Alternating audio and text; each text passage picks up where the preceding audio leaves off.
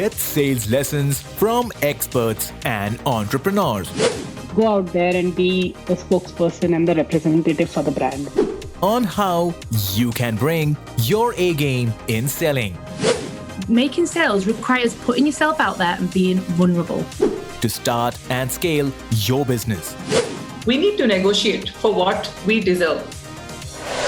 This is Ace the Sales Podcast, and here's your host, Roshni Barronia. Hey there, so happy to have you joining me for today's episode where I have with me Archana Dutta. Archana is the founder of Second Act, which provides experiential learning workshops for corporates. We've been connected over LinkedIn for a while now, and I have been following her journey from corporate to being an entrepreneur, coach, trainer, podcaster, and so much more. And one fine day, I see yet another post from her where she was talking about her new initiative called Pedal On. Now, I was totally taken by delight that she is doing so many projects in her business, and it is so hard as a solopreneur to have the equal amount of time and energy to do all of those things. So I'm really getting into this conversation with her to understand what drives her in her business. How does she manage to do all the things that she wants to do with so much passion and purpose behind it? Okay, so let's have this conversation today with her.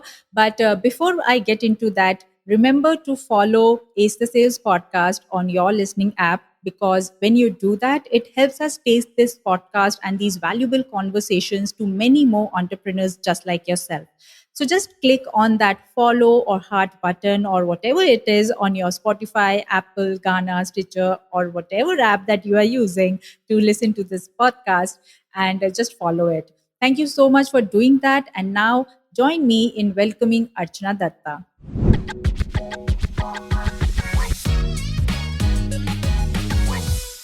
Hi, Archana. I'm so happy to have you on Ace the Sales podcast. I know there are so many things you do as an entrepreneur. It would be best if you can tell us a little bit about all of them. Oh, so great. And Roshni, thank you for inviting me. I'm feeling very honored to be on the other side of the podcast table. You know that I'm also hosting the podcast shows myself. So it's quite nice that somebody wants to know my story, and thank you for inviting me in this space. Of course, I don't know where to start, how to start, because so much has happened ever since Second Act was born. But I just want to start with one thing, that whenever we feel that a setback has come in our life or a failure is something that we are facing, and we feel our life is over and there is no end to the tunnel, I can only tell you that believe in the spark which will come, or the light which is still there, which is waiting for us when the tunnel opens.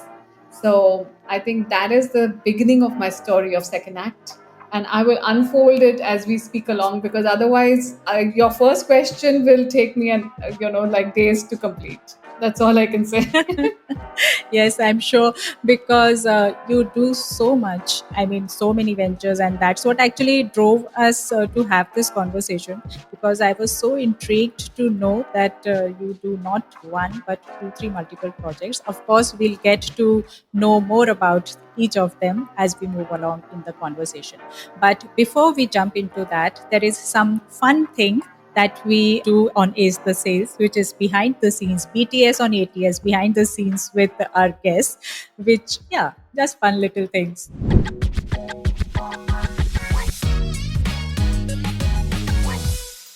So tell us one silly habit that you have which drives people around you crazy. I have this habit of saying quite a few times, and like now.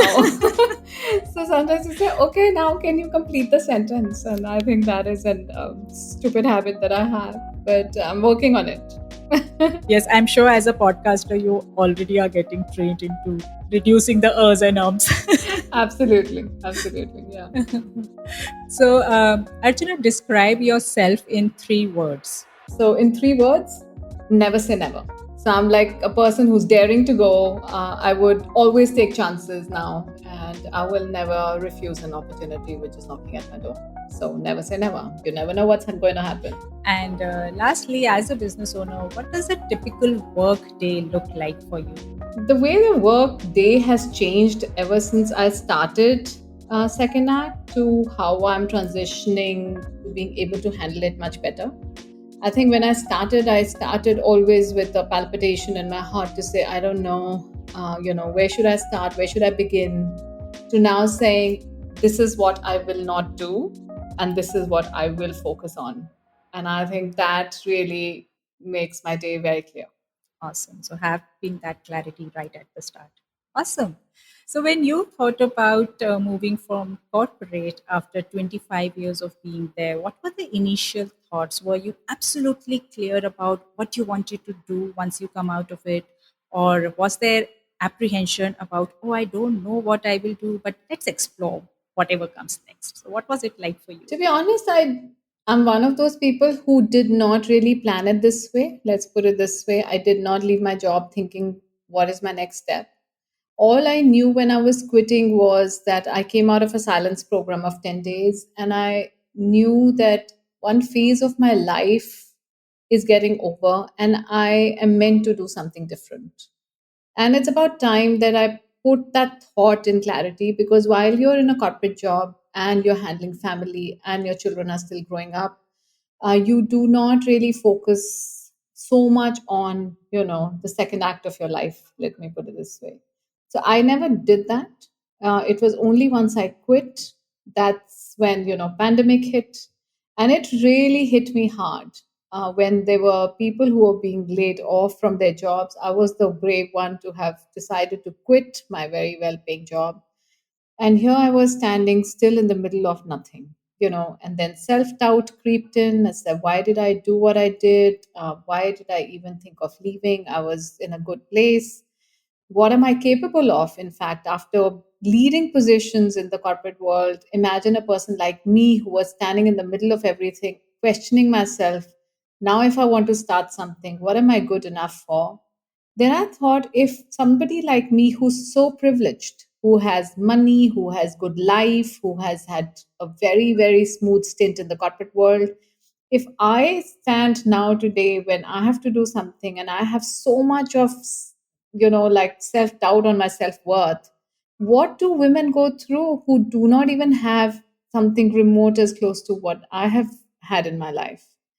And that designed, my first program in second act called I Celebrate Myself, in which I talk about women's self-worth, our self-recognition, a pat on the back of the so many various things that we do, we play in our life, and we do it so seamlessly without any expectation, and yet feel so not good enough. And so I started to work with corporate women in that self of like giving ourselves a little bit care, a little bit love, a little bit attention, a little bit recognition, a little bit self-worth, and a lot of pat on our back. So I Celebrate Myself was born out of that. So that was the first thing that I did actually.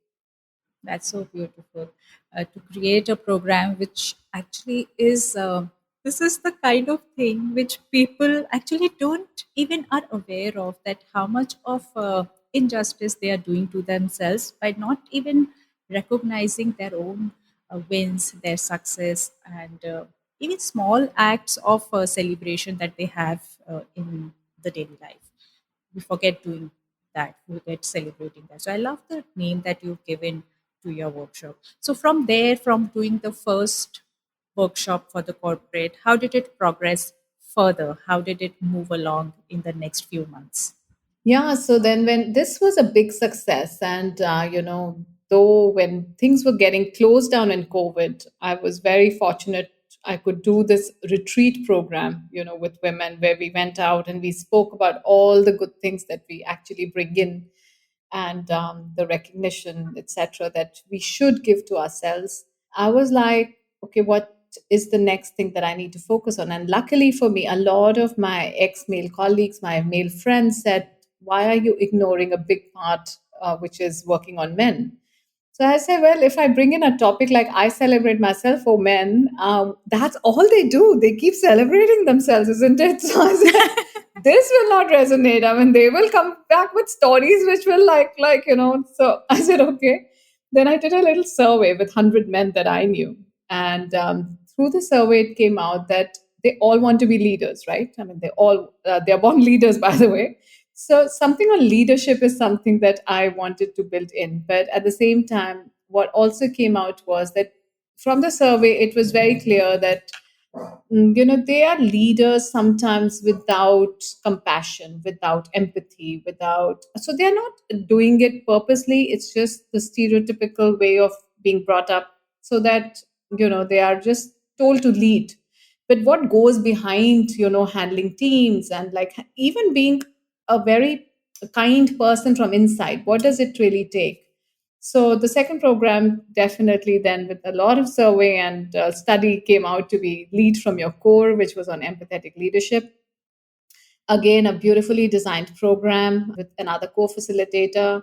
I love to collaborate with right kind of people so that the synergies are met and something beautiful comes out. We brought in leaders from different varied industries to speak about empathy. We in fact spent again 3 days. It was a retreat again with 13 men and us. It was quite nice.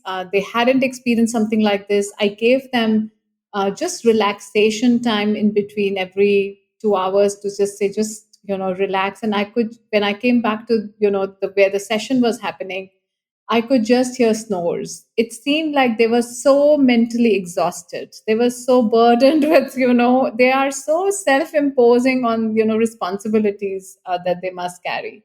So men need also so much love and care for their own selves. I just feel that the conditioning is that it is not allowed to them. So I think this program really unfolded so many varied kinds of things that came out.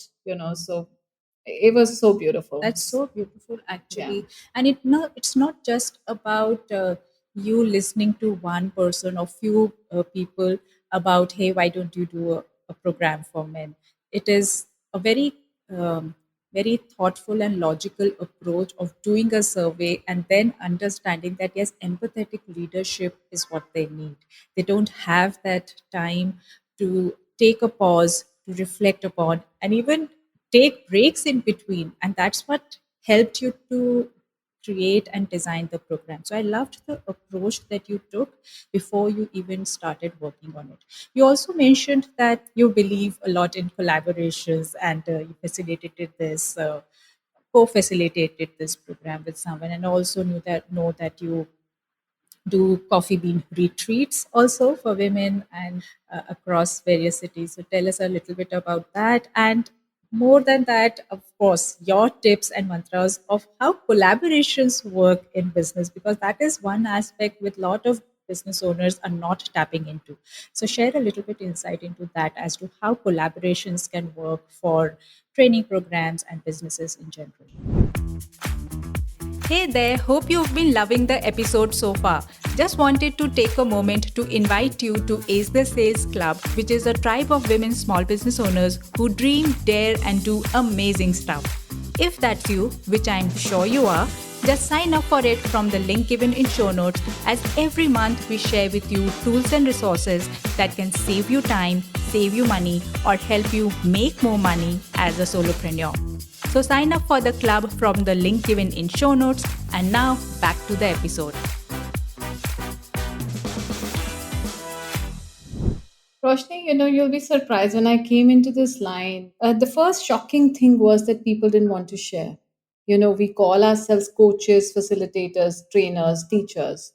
And what is that one thing that we actually are going to do, with this kind of a profile is to give whatever we know to enhance somebody else, right? And at the same time, we were so close to sharing and coming together and making it a powerhouse. We just wanted to just keep things to ourselves, became very insecure if somebody asked anything.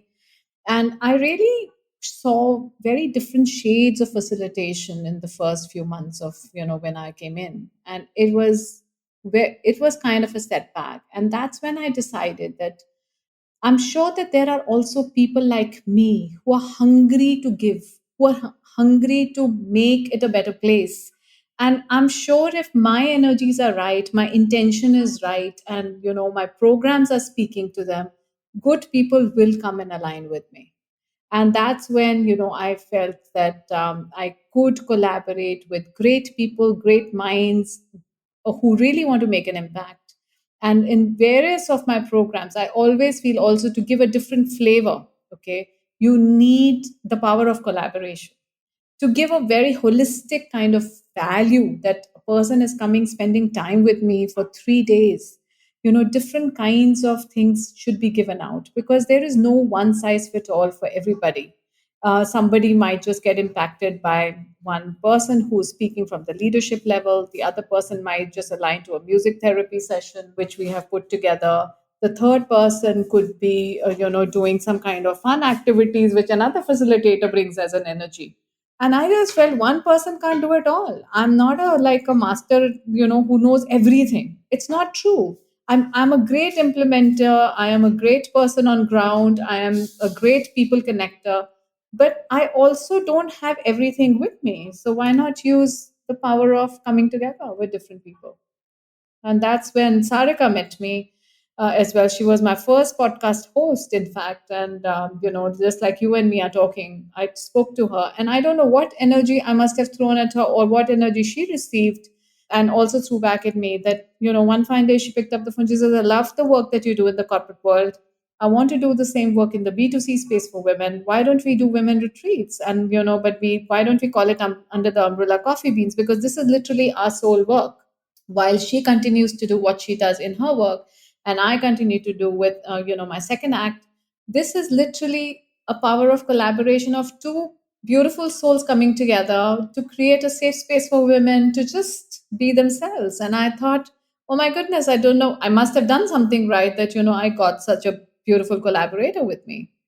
And so I think if you're ready to be authentic and your intentions are real, somebody will align with you, and you should be able to spread your wings like this. Wow, so beautiful. So it's more about intention and alignment with your collaborators, because yeah, I we talk a lot about strategies in of the business, but it is many a times more about energetics and how you feel about working with the other person. So that is also a very important aspect to consider. Talking about the podcast, your podcast is also named Second Act. So, how does that integrate with the work you do in your business, and how does that help in your work around trainings and workshops with the corporates? So, like I was telling you, second act is the mama of all. Okay, but the babies are, there are lots of branches which are coming out. The intention is again the same: that how can I impact somebody's life? So while through Second Act as a company, we are trying to do some corporate retreats, some corporate programs. I also do a lot of programs. Supposing you need somebody to do a public speaking course, so I collaborate with the right kind of people. Example, Roshan Abbas. I've done a leadership training with Harsha Bhogle. So, those kind of people, and anybody else who has a mastery in their level, I also collaborate with such people, through my second act, and bring out those programs. On the other hand, of course, it is Coffee Beans to create an impact in women and people who have so much going on within them, to create a safe space of unburdening, sharing, caring, loving, and coming together as sisterhood. Then, of course, my Pink Toilet project, which I do on ground with sanitation women, beautiful, empowering program. This is again, one of my soul heart programs, again, with the same intention: change somebody's trajectory, change somebody's life. And the podcast was started again with this intention, that maybe your story or somebody else's story who's on my guest list comes and says, hey, I could discover my second act because of this reason. Why don't you try it? And that becomes such a big, powerful medium of impact, because radio, reaches far more than anything else. We know it. It's a channel which, people subscribe to, and it reaches so many people. I don't even know who all are listening to. Whoever needs to be motivated, whoever needs a second act, but it does not know how my second act can be discovered. There is some story I'm sure he will be able to relate to. and that's the intention. So Yeah. beautiful.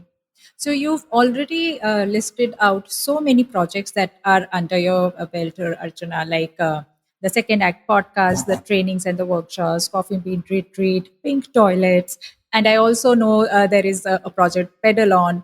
So amongst all of these things, you are immersed in so many things. How do you find the time and energy to prioritize all of those? Because I know, of course, some things might be seasonal, but other are more like ongoing projects.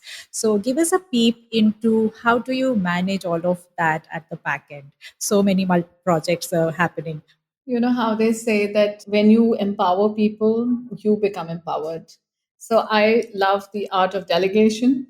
I love working with young teams who have the energy, who have different ideas, who keep telling me, ma'am, why don't we try this today? Ma'am, why don't you dance, under a tree? Maybe that works. And I'm willing to do anything, to be honest, Oh my God. as long as I feel the younger generation has such beautiful insights and I just lean on them. So I have a great team on ground. I work with behind the scenes, people who are doing my social media. I mean, just about everything. I mean, I work with very beautiful people and they help me focus because they take care of so many things. So I just normally align with my team every morning and we decide the tasks of the day, and then we get the work output by the end of the day, and then that's when we feel, okay, this went right, this went wrong, maybe we should try this again. And then we have our monthly meetings, we have a lot of fun together. It's just that I just empower everybody, and I it's not about like it's about like them able to make a decision as well from my, as long as they know what the impact of second act should be. That's all I keep telling them. Do not forget the tree which is standing, right? We do everything under this tree, and don't forget that. And so I think everything's falling well. Everything's fine. That's lovely. That's lovely. I loved what you said, that empowered people empower others. So yes, beautiful.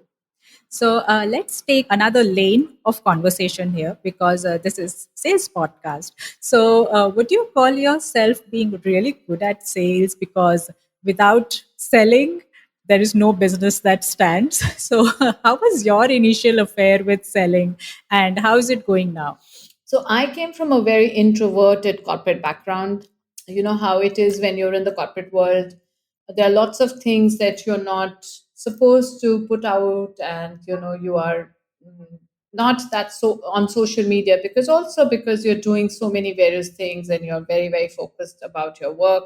You don't have, and you're working with brands which are doing what you need to do any which way. So you're not focusing your energies on putting things out there.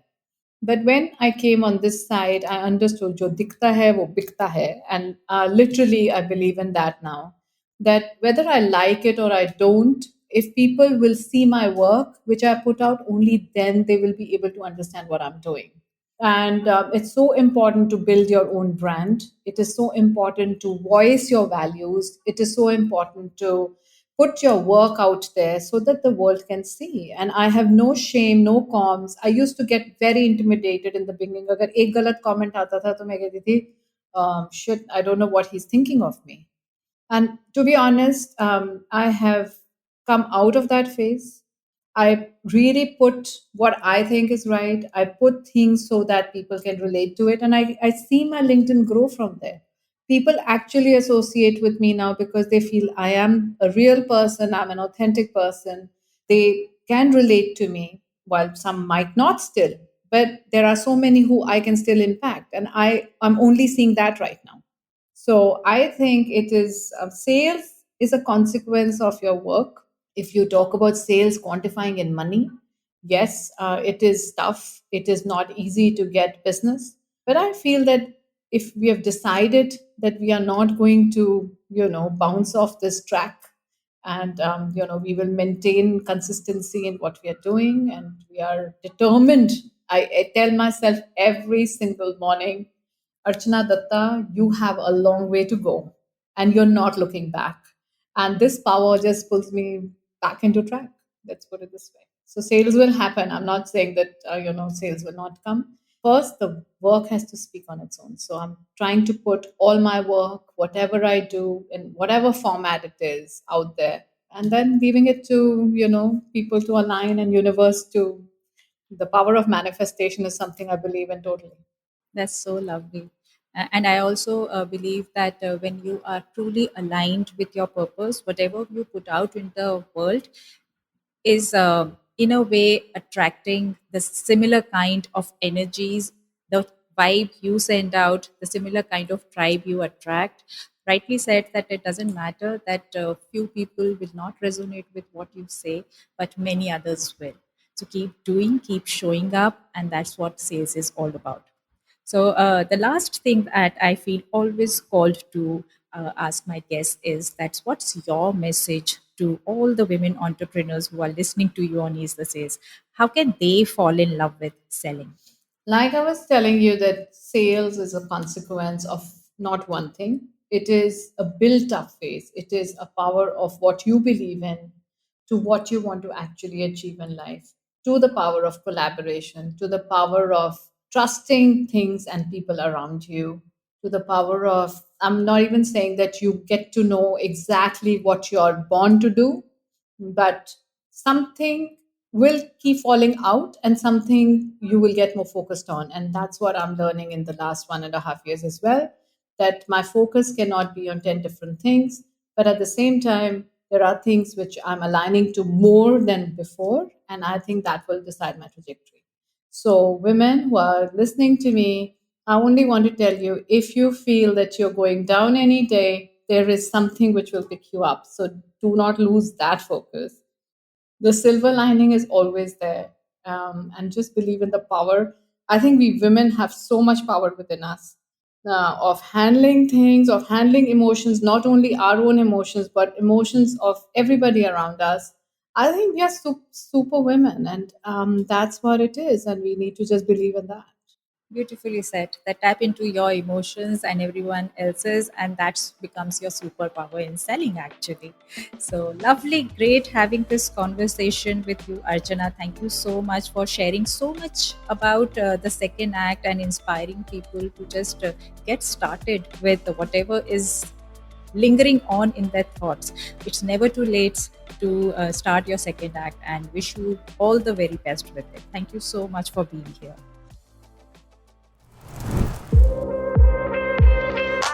And that's a wrap. Thank you so much for listening to today's episode. If you found any value in today's episode, then remember to recommend Ace the Sales podcast to at least one of your business buddies. You never know what insight they will get that can help them in their business. So do some good karma today. Finally, a loud shout out and thank you to the production team of Done For You podcast who helped me in bringing this show to you. If you too are looking to start your podcast for the business, get in touch with DFIP from the link given in show notes. Join me in the next episode for yet another conversation that can help you fall in love with selling. Till then, take very good care of yourself. This is your host, Roshni Baronia, signing off.